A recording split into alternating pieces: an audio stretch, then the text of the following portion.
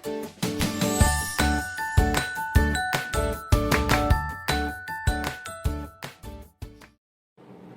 Students, very welcome to all on exam Niti. नीति सही दिशा। स्वागत है आप सबका एग्जाम नीति पर मेरे यानी माधवी कुशाग्र गौड़ के साथ। आज हम बात कर लेते हैं एक नए सेशन की, और सेशन को शुरू करने से पहले भूलिएगा मत कि इस सेशन को आपको उन लोगों तक पहुंचाना है जिसको इस सेशन की बहुत ज्यादा जरूरत है। तो फिर आज का नया session 5 rules equals to 5 marks आपके सामने वापस से हाजिर हो गया है। लेकिन सेशन जब भी शुरू हो रहा है तो ध्यान रखिएगा, एक नोटबुक और एक पेन लेकर बैठिएगा, इसको नोट करते चलिएगा और हर रूल जो मैं आपको बताऊं उस पर एटलीस्ट 5 एग्जाम्पल्स जरूर कीजिएगा। सेशन एंड होते होते आपके नोट्स प्रॉपरली बने हुए होने चाहिए। अगर आपको इसमें बहुत मुश्किल लगती है तो आप स्क्रीनशॉट भी ले सकते हैं, मगर मैं फिर कहूंगी कि स्क्रीनशॉट लेने से क्या होता है ना, चीजें थोड़ी सी खो जाती हैं, इसलिए बेटर है कि आप एक जगह नोट्स बना के लिखते चलें और याद करते चलें। ठीक है, फिर आज बात करते हैं रूल नंबर 16 की। सबसे पहली बात कि प्रोनाउंस में हम पढ़ते हैं कि 2 चीजें होती हैं। क्या क्या? एक होता है ईच अदर और दूसरा होता है वन अनदर। एक स्पेसिफिक टाइप ऑफ प्रोनाउन होता है ये ईच अदर और दूसरा वन अनदर। ठीक, तो क्या होता है कि जो ईच अदर है वो सिर्फ और सिर्फ 2 व्यक्तियों या चीजों के लिए इस्तेमाल किया जाता है। 2 व्यक्तियों या चीजों के लिए जो इस्तेमाल किया जाता है उस प्रोनाउन को हम कहते हैं ईच अदर। जबकि 2 से ज्यादा व्यक्तियों और चीजों के लिए जो प्रोनाउन इस्तेमाल किया जाता है, 2 से ज्यादा जो व्यक्तियों या चीजों के लिए प्रोनाउन इस्तेमाल किया जाता है तब हम इस्तेमाल करते हैं वन अनदर का। तब हम ईच अदर का इस्तेमाल अगर करेंगे तो बात गलत हो जाएगी। कैसे? देखिए, he and Ravi learn from each other, यानी कि वह और रवि एक दूसरे से सीखते हैं। वह और रवि एक दूसरे से सीखते हैं। ठीक, यानी कि यहाँ पर कितने लोग हैं? सब्जेक्ट 1 एंड सब्जेक्ट 2, 2 लोगों की बात हुई है यहाँ पर। ठीक, तो क्या लगेगा? ईच अदर लगेगा, वन अनदर नहीं लगेगा। या Sita and Gita fight with each other होगा, वन अनदर नहीं होगा। अब नेक्स्ट समझ लीजिए, वन अनदर को समझ लीजिए, जो कि हमेशा 2 से ज्यादा व्यक्तियों या चीजों के लिए इस्तेमाल किया जाता है, वस्तुओं के लिए इस्तेमाल किया जाता है। जैसे कि दे हेट वन अनदर, वे एक दूसरे से हेट करते हैं, एक दूसरे से घृणा करते हैं। या हेट मैं कहूंगी बहुत ज्यादा एकदम स्ट्रॉन्ग वर्ड है, तो डिसलाइक भी बोल सकते हैं कि दे डिसलाइक वन अनदर, वो एक दूसरे को पसंद नहीं करते, कुछ भी हो सकता है। या दे लव वन अनदर, वो एक दूसरे को प्यार करते हैं, एक दूसरे का सम्मान करते हैं, दे रिस्पेक्ट वन अनदर, कुछ भी हो सकता है। ठीक है, तो यानी कि हमको बात पता चली कि यहाँ पर 2 से ज्यादा की अगर बात हुई है तो वन अनदर लगेगा। अच्छा, जरूरी नहीं है कि दे बोला तो वो आपको कैसे पता चलेगा कि 2 थे या 2 से ज्यादा थे? तो अगर ऐसा भी हो कि Geetika, Sita and Shamita, Geetika, Sita and Shamita, they dislike one another, dislike one another, तो भी आपकी बात ठीक मानी जाएगी, तो भी आपकी बात गलत नहीं होगी, क्योंकि बात 2 से ज्यादा की हो रही है। तो एम आई क्लियर इस रूल के साथ? Am I clear to all of you? आपको पूरी तरह से बात समझ में आ गई कि 2 के लिए ईच अदर, 2 से ज्यादा के लिए वन अनदर का इस्तेमाल करते हैं। ठीक, अब नेक्स्ट रूल की बात करें। नेक्स्ट रूल है सेल्डम, इफ एवर, या सेल्डम और नेवर। सेल्डम इफ एवर या सेल्डम और नेवर, दोनों का ही मतलब होता है ना के बराबर, मुश्किल से, बहुत ही मुश्किल से। ठीक, और दोनों ही क्या होते हैं? एडवर्ब्स होते हैं। राइट, और कैसे एडवर्ब्स होते हैं? नेगेटिव एडवर्ब्स होते हैं, पॉजिटिव एडवर्ब्स नहीं होते हैं। मैं जो भी बातें आपसे कहूंगी वो पूरी इंग्लिश में, चाहे आप बोले, लिखें या आप अपने आप को कोई भी स्पीकिंग चीज से जोड़ने की कोशिश करें, स्पोकन क्लासेस में अपने आप को जोड़ने की कोशिश करें। ठीक, या आप अगर रूल्स में भी अप्लाई करें तो वो बातें हर जगह एप्लीकेबल हैं। ऐसा नहीं है कि समवेयर दे होल्ड ट्रू और कहीं पर वो गलत हो जाती है, ऐसा भी बिल्कुल नहीं होगा। तो इसलिए सेल्डम इफ एवर और सेल्डम और नेवर दोनों ही एडवर्ब्स होते हैं, दोनों का मतलब एक ही होता है। सेल्डम इफ एवर यानी कि शायद कभी, लेकिन सेल्डम और नेवर कभी भी नहीं। ठीक, और इन दोनों में नेगेटिव सेंस छुपा है, इसलिए नेगेटिव एडवर्ब्स है। बात ये है कि जब भी इनका प्रयोग वाक्य में होगा, whenever you use these structures या these adverbs in your sentence, you always have to do something and that thing is inversion। आपको हमेशा और हमेशा उस तरह के वाक्यों में इन्वर्जन करना होता है। अब सबसे बड़ी बात ये आती है, मैम इन्वर्जन क्या होता है? ठीक है, बिल्कुल सीख लेते हैं। तो क्या होता है कि जनरली जब हमारे सेंटेंसेस नेगेटिव एडवर्ब से शुरू होते हैं, जब भी, तो हम इन्वर्जन करते हैं। और इन्वर्जन का मतलब हेल्पिंग वर्ब का पहले आना और सब्जेक्ट का बाद में आना। जैसे ही does not talk to me, simple सा सेंटेंस है ना, लेकिन अगर इन्वर्जन हुआ तो does he not talk to me, does he not, does आगे आ गया, ही पीछे हो गया। समझ रहे ना मेरी बात? इन्वर्जन में सब्जेक्ट पीछे हो जाता है और हेल्पिंग वर्ब आगे आ जाती है। तो वही बात मैं आपसे यहाँ पे कहने की कोशिश कर रही हूँ कि सेल्डम इफ एवर या सेल्डम और नेवर के बाद हमेशा वाक्यों में जो है इन्वर्जन होगा। अब जैसे कि सेल्डम और नेवर यानी कि कभी भी नहीं डज पंकज, पंकज डज नहीं होगा या पंकज सिंग्स नहीं होगा। सेल्डम और नेवर डज पंकज सिंग, यानी कि पंकज कभी भी नहीं गाता है। बहुत मुश्किल है कि पंकज ने कभी गाया हो, पंकज कभी भी नहीं गाता है। ठीक, या कोई और एग्जाम्पल समझना चाहे तो वो भी समझ सकते हैं। Seldom if ever does she visit me. ठीक, यानी कि वो मुझे शायद ही कभी उसने मुझसे मिला हो, मेरे पास आई हो और मुझसे वो मिली हो, वो कभी भी मुझसे मिलने नहीं आई, उसने कभी भी मुझे विजिट पे नहीं किया। समझ में आया? डज शी होगा, शी डज नहीं होगा। अच्छा, एक बात मैं बोनस के लिए बता दूं, नेगेटिव एडवर्ब्स जब मैं कहती हूं तो सिर्फ सेल्डम इफ एवर या सेल्डम और नेवर की ही बात नहीं करती हूँ। कोई भी नेगेटिव एडवर्ब हो, चाहे हार्डली हो, चाहे स्कार्सली हो, चाहे रेयरली हो, चाहे बेयरली हो, चाहे ऑन नो कंडीशन हो, ठीक, या ऑन नो पॉइंट हो, तो जब भी आपको नो या नेवर या नॉट इस तरीके के नेगेटिव एडवर्ब्स के साथ सेंटेंस शुरू होता हुआ दिखाई दे, या हार्डली, स्कार्सली, रेयरली, बेयरली सब दिखाई दे, तो हमेशा वाक्य में इन्वर्जन कर दीजिएगा, यानी कि हेल्पिंग वर्ब पहले कर दीजिएगा और सब्जेक्ट को पीछे कर दीजिएगा। आई होप आपको ये रूल समझ में आ चुका है और 100% क्लियर हो गया है। अगर हाँ तो प्लीज मुझे कमेंट बॉक्स में एक बार लिखकर जरूर बताइएगा कि मैम ये वाला रूल जो है, रूल नंबर 17 हमको पूरी तरह से क्लियर हो गया है। अगर नहीं है या कोई डाउट है तो आप टेलीग्राम के ग्रुप पर मुझसे बिंदास क्वेश्चन पूछ सकते हैं। और टेलीग्राम का ग्रुप क्या है? t.me/examneeti, EXAM एग्जाम NEETI नीति। ठीक, आप बिल्कुल वहां पर मुझसे जुड़ सकते हैं, वहां पर भी आप मुझसे रिगार्डिंग क्वेश्चंस, इस सेशन से रिगार्डिंग क्वेश्चंस बिल्कुल कर सकते हैं। अब नेक्स्ट बात कर रहे हैं हम वर्ब्स ऑफ पोजेशन की। अब पोजेशन की यानी कि जो अपना हक, अपना अधिकार या अपना संबंध बताते हो। ठीक, बिलोंगिंगनेस को शो करते हो ऐसे भी वर्ब, बिलोंगिंगनेस को शो करते हो ऐसे भी वर्ब्स की बात, या वर्ब्स ऑफ सेंसेशन की। सेंसेशन मतलब जिन वर्ब्स के थ्रू हम सेंस कर पाते हैं, जैसे देखते हैं आंखों के थ्रू, यानी कि अपनी ज्ञानेंद्रियों के थ्रू हम जिन वर्ब्स का इस्तेमाल करते हैं। आंखों से देखना वर्ब ऑफ सेंसेशन, नाक से सूंघना, ठीक, स्मेल, ये भी वर्ब ऑफ सेंसेशन है।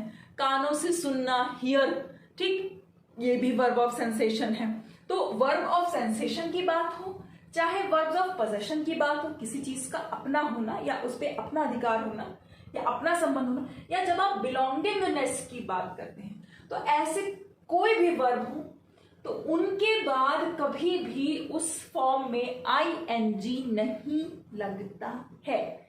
इस टाइप के वर्ब्स में कभी भी लास्ट में आईएनजी नहीं लगता है, बिल्कुल मत लगाइएगा। अब बात यह आती है कि मैम आईएनजी नहीं लगता, वो तो ठीक है, लेकिन हमें कैसे पता चलेगा कि वो वर्ब्स कौन कौन से हैं? तो देखिए, मैंने आपको सेंसेशन के लिए बताया सी, स्मेल, टेस्ट, और हम कहते हैं ना, मेरा सिक्स्थ सेंस बोला, सिक्स्थ सेंस, यानी कि हमने कुछ सोचा, थिंक हो गया, नो हो गया। तो इस तरह के जो वर्ब्स हैं उनमें जनरली आईएनजी नहीं लगाना, कभी नहीं लगाना। ठीक, दूसरी बात, अब बात हुई वर्ब ऑफ पोजेशन की। पोजेशन जैसे have, I have a marker, तो ये मेरा हो गया, इस पे मेरा पोजेशन है। ठीक, तो किसी चीज का अपना होना या उस पर अपना हक होना, अपना ही आप उसको ओन करते हैं, तो उसको भी कहते हैं हैव हुआ, ओन हुआ या बिलोंग हुआ, तो इन सबको कहते हैं वर्ब ऑफ पोजेशन। अच्छा, बिलोंगिंगनेस या नियरनेस क्या शो कर सकते हैं? जैसे लव है, हेट है, ठीक, लाइक है, तो ये सब भी क्या शो करते हैं? ये सब भी तो आपकी दिमागी क्रियाएं हैं, सब आप सेंस ही तो करते हैं, आप इन्हें महसूस ही तो करते हैं। कौन सा आप लव को छू सकते हैं? नहीं छू सकते ना। ऐसी हेट को आप छू नहीं सकते, लाइक डिसलाइक को आप छू नहीं सकते। तो जनरली इस तरह के वर्ब्स जो बिलोंगिंगनेस को शो करते हैं उनमें भी आप कभी भी आईएनजी नहीं लगाते। जैसे कि he is seeing me dancing, वो मुझे नाचता हुआ देख रहा है। गलत। यहां पर आईएनजी अगर आप लगाते हैं तो बोलचाल की भाषा में प्रयोग कर सकते हैं। स्पोकन इंग्लिश में बेशक आप इसको इस्तेमाल कर सकते हैं, लेकिन रिटन इंग्लिश में इस तरह से इस्तेमाल इसका किया जाना गलत माना जाता है। तो ही सीज मी डांसिंग, वो मुझे नाचता हुआ देखता है, या ही सॉ मी डांसिंग, उसने मुझे नाचते हुए देखा। ऐसा आप बोल सकते हैं, लेकिन सींग बोलना ग्रामेटिकली रॉन्ग हो जाएगा। उसी तरह से he is testing the food, वो खाने को टेस्ट कर रहा है, रॉन्ग हो जाएगा। ठीक, ऐसा नहीं बोला जाएगा यहाँ पे टेस्टिंग। देखिए, फिर बोलचाल की भाषा में आपको बहुत चीजें कॉमन लग रही हैं, लेकिन ग्रामेटिकली ठीक नहीं है। तो इसलिए ही इज टेस्टिंग नहीं होगा, he taste, TASTES, he taste the food, वो खाने को चखता है। नेक्स्ट बात कर लेते हैं have. I am having a pen, पूरी तरह से गलत है, लेकिन लोग बहुत आराम से इसका इस्तेमाल करते हैं। जब स्पोकन इंग्लिश की बात आती है तो बहुत बोलते हैं, लेकिन ग्रामेटिकली ये चीज गलत हो जाएगी। I am owning a house और I am owning a car, गलत। I own a car, I own a house. इसी तरह से जैसे लव हेट की बात हुई, लाइक डिसलाइक की बात हुई, तो they are hating each other, तो नहीं होगा, दे हेट ईच अदर होगा, या दे हेटेड ईच अदर होगा, लेकिन दे आर हेटिंग गलत हो जाएगा। उसी तरह से जब आप बोलेंगे कि लविंग, तो वो भी नहीं होता, लविंग भी वर्ब में आईएनजी लगकर नहीं बनता। तो बात ये आती है, मैम हमने तो बहुत आराम से सुना था डोमिनोज का वो एड, है ना, सुना था ना, आप लोगों ने भी एड सुना होगा, आई एम लविंग इट। अक्सर मैं भी जब डोमिनोज का I am so sorry McD का बर्गर खाती हूँ, आई एम लविंग इट, तो मुझे भी याद आता है वो मैकडी का बर्गर खाते हुए कि ये लविंग देखो कितने आराम से इस्तेमाल कर रहे हैं। क्यों? क्योंकि वो होते हैं एडवर्टीजमेंट्स, और उनको अपनी लाइंस को बहुत ज्यादा कैची बनाना होता है, बहुत ज्यादा इंप्रेसिव बनाना होता है कि कम समय में ज्यादातर लोगों के मुंह पे चढ़ जाए। जैसे बॉर्नविटा ने एक लाइन रख ली, क्या रख ली? तैयारी जीत की, सबके मुंह पे ये लाइन चढ़ गई है, तैयारी जीत की। ठीक, उसी तरह से मैकडी ने भी रख ली, आई एम लविंग इट, सबके मुंह पे चढ़ गया, लेकिन वो ग्रामेटिकली ठीक नहीं है। Grammatically I am telling you once again that is not grammatically correct, right. So I hope आपको ये रूल भी क्लियर हुआ। अब आप इस रूल के ऊपर भी क्या कीजिएगा, नोट्स बनाते चलिए, लिखते चलिए। 3, 4, 5, 6 एग्जाम्पल जब आप खुद लिख लेंगे ना, हर एक वर्ड पर एक एक एग्जाम्पल लिख लेंगे ना, जैसे आई एम नोइंग यू, मैं आपको जानती हूं, गलत। आई नो यू, मैं आपको जानती हूं, आई एम नोइंग यू नहीं होता, आईएनजी नहीं लगता। इसी तरह से हर इस तरह के जितने भी टाइप की मैंने आपको 3 कैटेगरी बताई, इन सारे वर्ब्स पर एक एक एग्जाम्पल लिखकर अपने नोट्स को अच्छा सा बना लीजिए, बढ़िया बना लीजिए, ताकि एग्जाम में जाने से पहले सिर्फ एक बार आपको रिवाइज करना पड़े। नेक्स्ट, अगला रूल यानी कि रूल नंबर 19 क्या कहता है? बात तो छोटे से वर्ड की है, इनफ की है, लेकिन घुमाव बहुत है इसमें। क्या घुमाव है? कि इनफ एडजेक्टिव का भी काम करता है और इनफ एडवर्ब का भी काम करता है। अब अगर मैं कभी भी आपको पार्ट ऑफ स्पीच पहचानने के लिए दूं, तो ध्यान रखिएगा कि ये दोनों चीजें हो सकता है, ये एडजेक्टिव भी हो सकता है, एडवर्ब भी हो सकता है। फिर आप कैसे पहचानिएगा? देखिए, सिंपल सी बात है, नाउन को क्वालिफाई करेगा तो क्या होगा?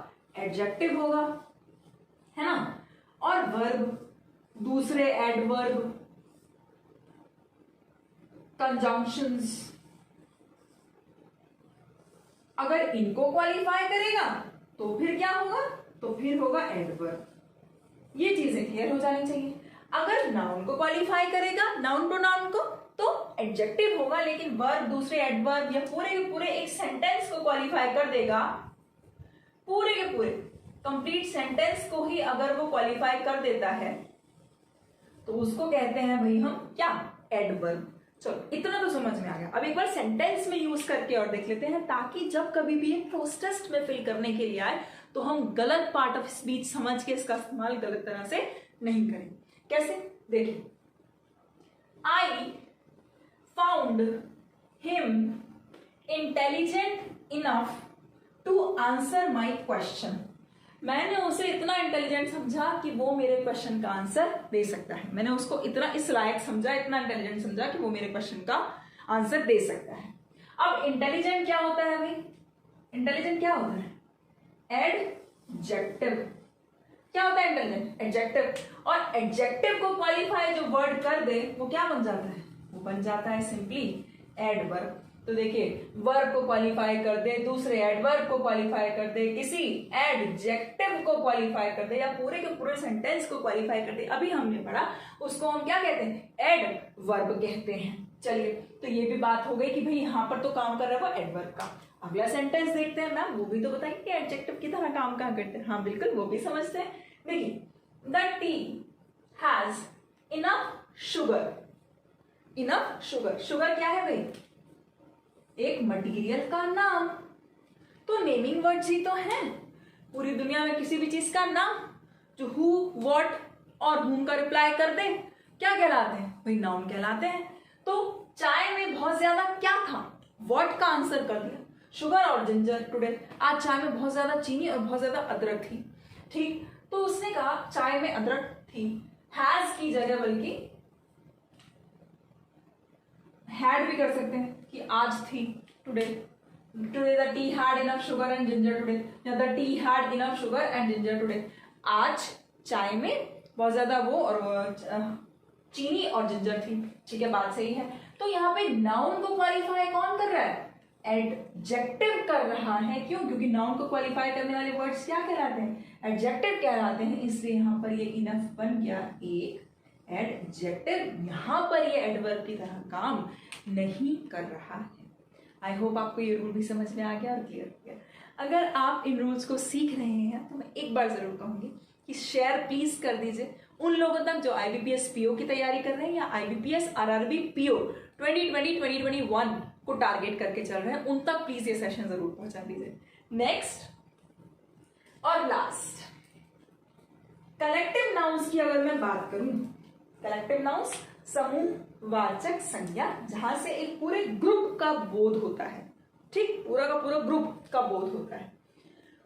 वो सिंगुलर वर्ब्स भी लेते हैं और वो प्लूरल वर्ब्स भी लेते हैं according to the sentence, according to the situation. Collective noun singular verb भी लेते हैं और प्लूरल वर्ब्स भी लेते हैं, डिपेंड करता है कि सिचुएशन क्या है और किस तरह की बात की जा रही है। जैसे कि द ज्यूरी, यानी कि जो जजेस का पैनल है, आर, यहां पर क्या लगा, आर लगा, क्यों, डिवाइडेड इन देयर ओपिनियन। जो जजेस का पैनल है वो अपने ओपिनियन में, अपनी अपनी राय देने में क्या है, डिवाइड है, बहुत ज्यादा डिफरेंट ओपिनियन है सबके, तो एक एक एक एक को इंडिविजुअल कंसीडर किया जाता है। और ऐसे केस में जब इन लोगों के बीच में कोई भी मतभेद होता है, जब भी कभी भी कलेक्टिव नाउन में कोई मतभेद होता है या किसी प्रकार का कोई कॉन्ट्राडिक्शन होता है या आपस में ओपिनियंस मैच नहीं करते हैं, तो उस केस में आने वाला जो वर्ब होता है वो प्लूरल रखा जाता है, सिंगुलर वर्ब नहीं रखा जाता। The jury are divided in their opinion, बात भी प्लूरल हो गई। अब देखिए, लेकिन अगर ये कलेक्टिव जो ग्रुप है वो इकट्ठा होके काम करे, एक मत होके काम करे, एक यूनिट होकर काम करे, ठीक, तो फिर यहां पे वर्ब कैसी आती है, फिर सिंगुलर आती है। कैसे, द ज्यूरी इज यूनानिमसली मतलब एकजुट होकर, एक राय होकर, टेकिंग अ डिसीजन, यानी कि जो ज्यूरी है, जो जजेस का पैनल है, वो एक मत होकर, इकट्ठा होकर, एक साथ एक डिसीजन ले रहा है। बात समझ में आ गई? तो यानी कि कलेक्टिव नाउन्स के केस में हर बार ऐसा नहीं है कि वो प्लूरल वर्ब्स ही लेंगे क्योंकि वो कलेक्शन का सेंस देते हैं। नहीं, अगर सिंगुलर सब्जेक्ट के बारे में बात कर रहे हैं, अगर उससे एक यूनिट का बोध हो रहा है तो सिंगुलर वर्ब लेंगे, लेकिन अगर उससे बहुत सारे डिफरेंट लोगों का बोध हो रहा है या बोध हो रहा है कि उनमें मतभेद है, उनके विचारों में अंतर है, तो फिर वहां पर इज ना लगकर क्या लगेगा? आर लग जाएगा। आई होप आपने इस सेशन में कुछ सीखा। अगर सीखा और अगर ये सेशन आपको फ्रूटफुल लगा तो फिर आप हमें लाइक जरूर कीजिए, हमारे वीडियो को लाइक जरूर कीजिए, और अगर आप पहली बार हमसे जुड़ रहे हैं तो हमें बिल्कुल सब्सक्राइब कीजिए। फेसबुक, टेलीग्राम, हर जगह हमारी प्रेजेंस है, आप प्लीज हमसे जुड़िए। Thank you and till then,